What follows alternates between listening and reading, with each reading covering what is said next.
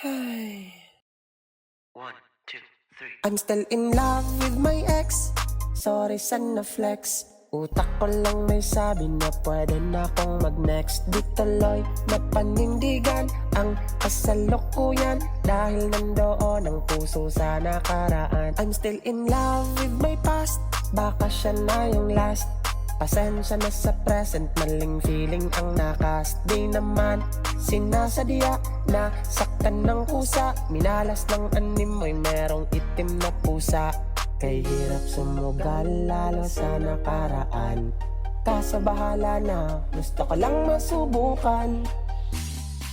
Malibang kumusta ulit sa relasyon, nakakatalo lang. Kaya ba today na trabahuhin ng kakatapos lang? Carry pa ba? Dugtungan ang merong tuldok na? O baka pwede pa na muling mapasakin ka?